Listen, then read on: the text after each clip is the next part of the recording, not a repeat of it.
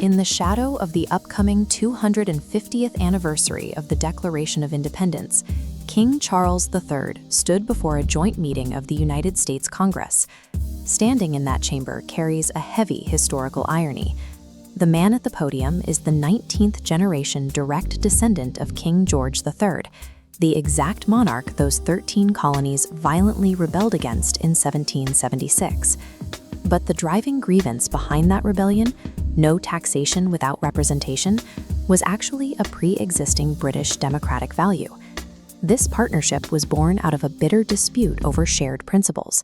Two nations realized they were instinctively like-minded, operating on the exact same models of governance. Today, the king brought a sharp warning to Washington. We have entered a volatile era of rapid technological shift and escalating conflict, stretching from Eastern Europe to the Middle East. The king's address serves as a direct challenge to determine if a relationship forged in the 18th century is structurally capable of withstanding this modern instability. The reason these two countries coordinate so closely is written directly into their laws. American society is built squarely on the foundation of English common law. The English Declaration of Rights of 1689 directly provided the verbatim source material for much of the American Bill of Rights a century later. And that legal tradition stretches all the way back to the signing of the Magna Carta in the year 1215. The U.S. Supreme Court has cited the Magna Carta in at least 160 cases to mandate structural checks and balances. That ancient text still actively governs modern executive power. Because both nations share this exact legal DNA, they have a long pattern of closing ranks when authoritarianism threatens global freedom.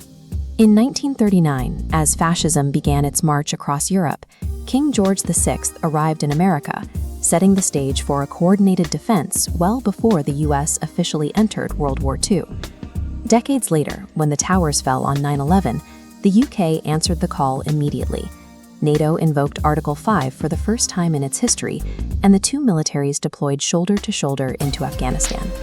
History proves they will fight for each other, but relying on the nostalgia of the 20th century will leave both nations entirely unprepared for the 21st. As the king put it, the alliance cannot rest on past achievements. It requires immediate, active transformation. That renewal starts with hard military power.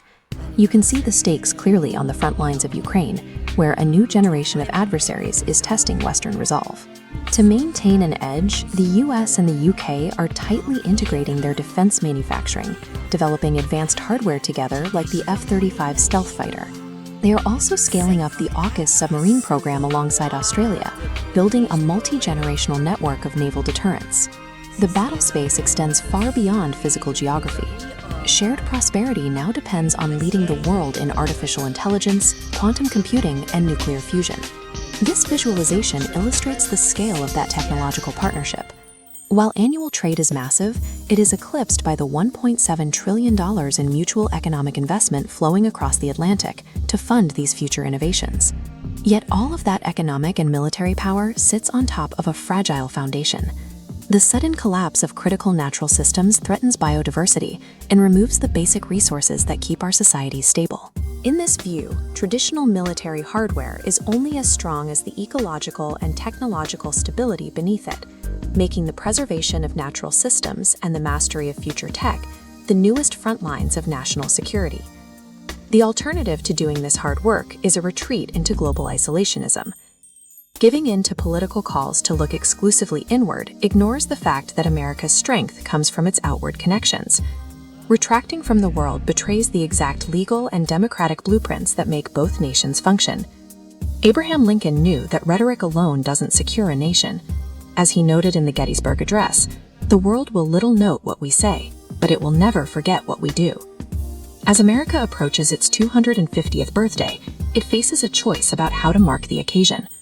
The true celebration of this historic paradox is actively rededicating this indispensable alliance to the service of the future.